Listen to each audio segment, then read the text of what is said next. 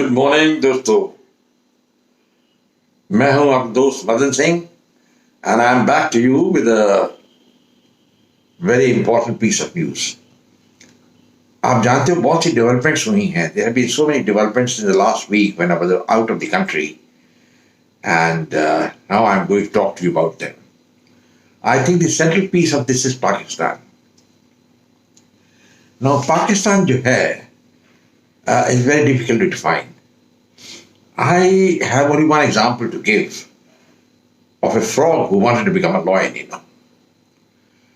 आप जानते हो, there was a frog who used to stay in a well. I had to see a lion outside roaring around. And this frog said, or rather thought, why shouldn't I become like a lion? Why should I become like a lion? So he began to blow himself up with a lot of air, began to pump himself in, और उसका नतीजा ये हुआ that there was an explosion and the frog died because he became so big, so fat that the air blew him up. So that's the example I can give about Pakistan. Pakistan is among one of the poorest countries in the world. Number one, its per capita income is even below Bangladesh and Sri Lanka. Its women are greatly exploited. There are no rights for women there. Honor killing is rampant. Sectarianism is rampant. They are facing an insurrection from the Taliban Pakistan. They are facing a battle with the Baluch Liberation Army in Baluchistan. But yet they want to become like lion, and show the world that they are something. So they are always on the lookout for something like that. In the process, they have got one thing, and that is they have got the atomic bomb, the nuclear weapon. And that they feel adds to their stature. They're not really concerned about the welfare of their people, not at all. General Munir or Shahbaz Sharif, the two big guns moving around these days, are not concerned with that. They think that on the world stage, they should come up somewhere. And in that bargain, they have now signed a defense pact with the Kingdom of Saudi Arabia. Now, Saudi Arabia, we can understand, has a sense of insecurity, particularly after the Israeli attack on Doha. Now, that has made one thing very clear to the Arabs, that the Americans cannot be relied on for anything. And that is a fact. I have been repeatedly saying that America is nobody's friend other than the friend of America itself.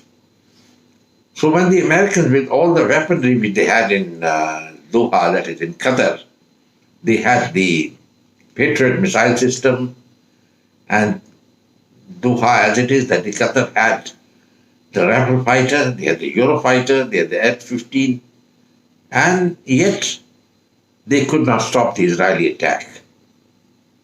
Or rather, the Americans didn't want to stop it. That is more important. So Saudi Arabia felt vulnerable. Why should be vulnerable? I couldn't understand.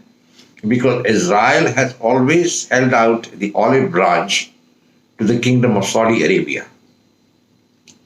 And one fact I think which I should clearly understand is that the Saudi dynasty which rules Saudi Arabia is pretty insecure. I'll not go into the reasons for that later. Right now, I won't tell. I'll go into the reasons later. But they are feeling insecure and they were looking for a salvation. And they are thinking that Pakistan, which has nuclear weapons, is the best bet to sign a pact, a defense pact. And the pact meaning would be that they will be defending them against Israel. Now, this is easier said than done, because even if Pakistan has nuclear weapons, it doesn't mean they are going to be used. Because the moment Pakistan uses nuclear weapons, that will be the swan song of Pakistan, the last breath of air which Pakistan will ever take, because they will be destroyed. Not only by the United States, but by Israel itself. Now, Pakistan feels it has one danger, and that is from India. So they are looking for that, for some solace, somebody to support them, Maybe not with weapons, but with money. They want money because they're hungry. There's nothing they can do. They can't repay back their loans. They are, being helped out by the United States, Donald Trump, because Donald Trump, I think, is a maverick. He doesn't know what the hell is happening. And I'm sorry to say that he is leading America to do. In fact, he's the man who destroyed the American relationship in the Middle East completely. He could have been more astute, he could have been more circumspect, and he should have reined in the Israelis. The Israelis had no point in attacking Doha for no rhyme or reason because they did not achieve their political aims. That is the elimination of the leadership of Hamas. They could do that, the second line leadership. They killed some 6 odd people, and that's about all. But it shows that Israel has the capability, and Pakistan should not underestimate that the Israelis do not have the capability to strike inside Pakistan. Now the question is, let's make an assumption that there is an attack on Saudi Arabia by Iran, which is Israel, which is not at all likely, not at all likely.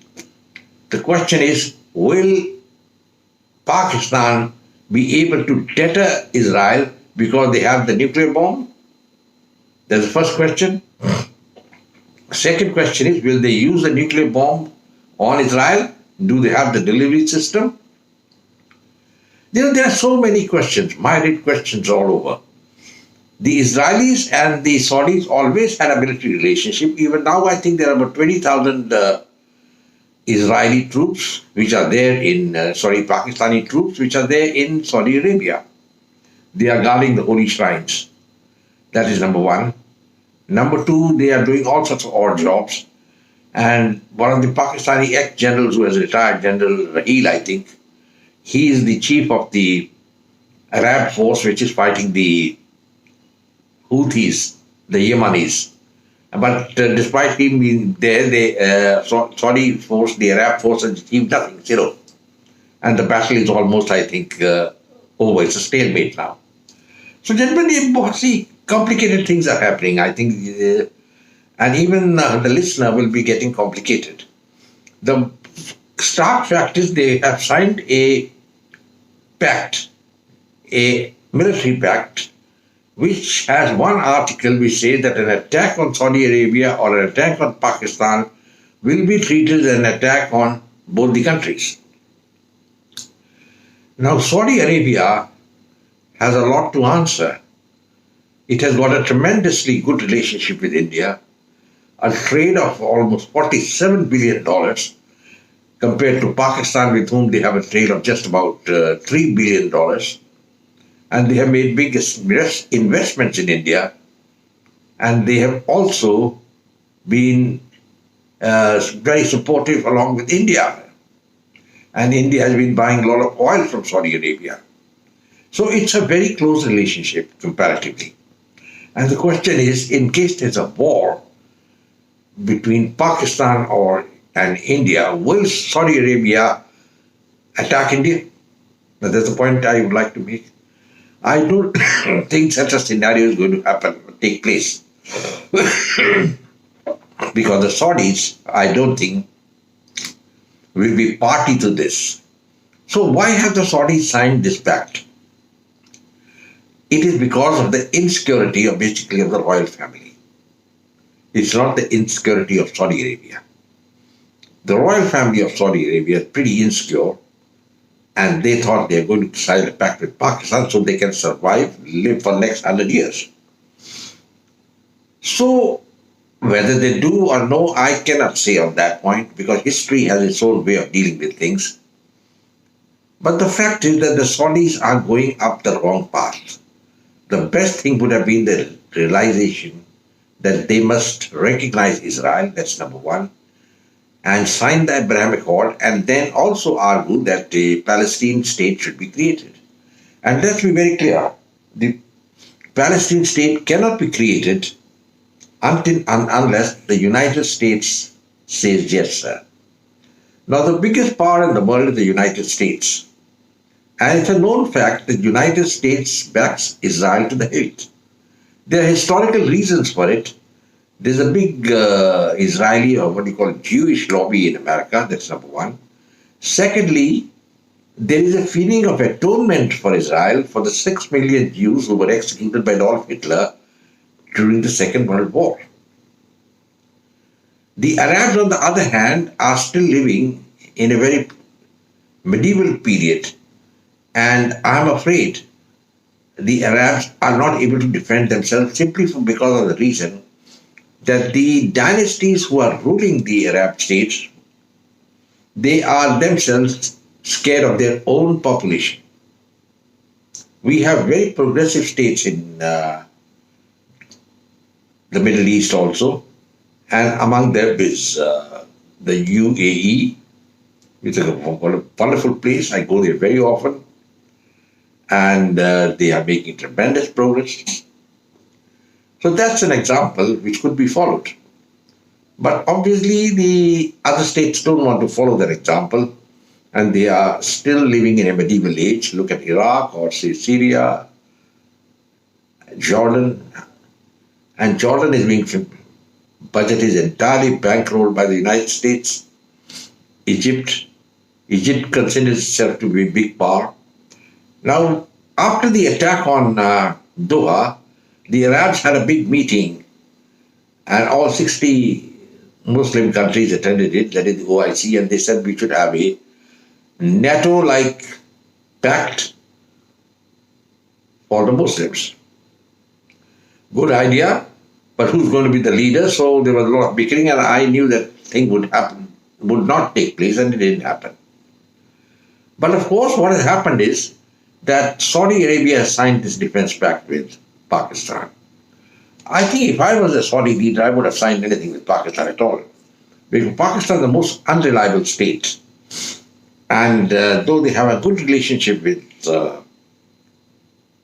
Arabia, the main aim, why they have signed this contract, basically, this pact, is to get money from Saudi Arabia. Now they are bankrupt, they got no money. As I told you, they're the poorest country in the world. So they'll be able to get a couple of $1 billion every year. The plea that, look, we want to upgrade our armed forces to defend you. So the Saudis, with the sense of insecurity, basically with the royal family, we're going to give them billions of dollars, and Pakistan will be able to survive.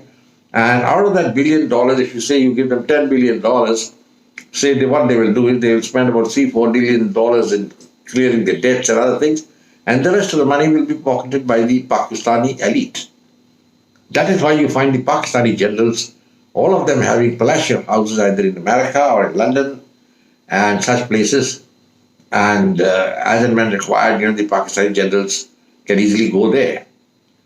But they are having a little bit of a tough time, the Islamics, because America has declared war on the Muslims there, and no Muslim is now being allowed inside America by and large. And in England also, there's been massive demonstrations against the Muslims, and people don't want them there. So, gentlemen, anyway, the question is, as far as this defense pact between Pakistan is concerned, what is going to happen if India, let us say, which has paused Operation Sindoor, decides to reignite it and they mount an attack on Pakistan? Phir kya hoga? What will happen then? What will the Saudis do? Will Saudi Arabia come on the side of Pakistan and start fighting India? Now they got a massive trade with India, and what is going to happen then? And as far as the question arises that about Israel attacking Saudi Arabia, I don't think it's going to happen. It will never happen. The Israelis are very clever. They know whom to attack and whom not to attack. And Saudis, so far, were very, very favorably placed towards Israel. Short of recognition, they had almost having close cooperation with Israel, particularly with Mossad, the Israeli intelligence. So, gentlemen, the crucial question is, that famous question, what next, of Hamlet, that in case there's a war between India and Pakistan, will Saudi Arabia come on the side of Pakistan and fight? As per the act which has been signed, it says probably yes. But I have a feeling that Saudi Arabia is not going to risk fighting India at all. Because Saudi Arabia's defenses are very poor. And Pakistan cannot bolster the entire country there. And in case they mount an attack on India, there would be retaliation from India. And that will not be a good thing because India would like to be friends with Saudi Arabia. There's an excellent relationship built up there with Saudi Arabia over the years, from the time of Manmohan Singh and even now that the Modi. I don't see that situation emerging. So my opinion is that this pact which has been signed is a paper tiger. You know what's a paper tiger? It's got no meaning. It's got no meaning really. And the main aim of the Pakistanis is just to wiggle money out of Saudi Arabia. And the Saudi Arabians are insecure, so they'll give them billions of dollars. I mean, they have billions of dollars, so they give it. But how long are they going to keep giving them? Because there's always the end of the road. When that happens, what's going to happen? What's going to happen at that time? When oil finishes and when the Saudi economy goes down, from where will they get the money to go and give it to Pakistan? And Pakistan may cease to exist in the present entity. As I just told you, Pakistan is facing a tremendous insurrection, an internal insurrection, and there's a good chance there's an implosion from inside, and Pakistan could break up into 3 or 4 states. So I don't think the Saudis have been very wise in signing a pact with Pakistan. And they may have also discussed with India, but India does not sign any military pacts or commit itself. The only other gainer of this is perhaps going to be China. Now that is a very crucial thing. America has lost the Middle East completely, though there is hope among some of the royal dynasties in the Middle East that, well, America kuch karega. America will help us sometime. Like the king of Jordan, he is definitely desperate that America will remain on his side, even the Egyptians. And then there are so many rivals of Saudi Arabia. Egypt is one of them, Iran is there, and then Turkey is there. They are the countries, which aspire for the Muslim leadership. Strangely, Turkey is very quiet now. I thought there was a likelihood that Turkey would sign a pact with Saudi Arabia, a defense pact. But they haven't done it. And that is the fact. Because Turkey is also a member of NATO. And if they signed that pact, then it means they would have been committing NATO for a defense of Saudi Arabia. I don't think Turkey would have done that. But Pakistan has definitely carried out a coup. And that surprised India, no doubt about it. The Indian leadership, I think, under Modi, needs a lot of revamping. Revamping when I say that they have to think about some way where they can really exert themselves. You see, the foreign policy of India is a bit of a failure because the attempt to isolate Pakistan was not correct. See, Pakistan is an important nation. They are having internal problems. There are insurrections on. But we in India are also having insurrections on. There's one going on in Manipur. There's another one going on with the Maoists in central India. And there's one going on in Kashmir. That can't be hidden away. So we are also having similar insurrections. But India is a very big country. So in a very big country, these insurrections become very small bits and pieces which have no meaning. While Pakistan is a much smaller country and large provinces are revolting because there is a domination by the Punjabi Muslims there and the ethnic Baluch and the Pashtun are not happy there. They want their own way. And there's a lot of economy, concentration of wealth in Punjab while the other provinces are left high and dry. So all that is there. But Pakistan definitely, I think, has helped itself. They have helped themselves and they can be assured of a supply of billions of dollars every year and they can keep singing songs. It's a good thing. They have a lot of money coming in. That is the purpose of the pact. And the purpose of the pact is not that is Pakistan going to attack Israel or something. They never will. Let me take it from you. Tomorrow, if there is a bombardment of Jeddah or any other place, the Saudis saying that the nuclear shield of Pakistan will be a deterrent. I don't think this is deterrent at all. It hasn't been a deterrent for the Indians, and it has not been a deterrent to Afghanistan or the Taliban. And the nuclear shield is only what it is, a shield. It's a paper tiger, nuclear deal. Because nuclear weapons cannot be used, and this is something we must remember. And the day any country uses it, it will go back to the Stone Age. Do the Pakistanis want to go back to the Stone Age? They're not going to do it, and say they are not going to use any nuclear weapons.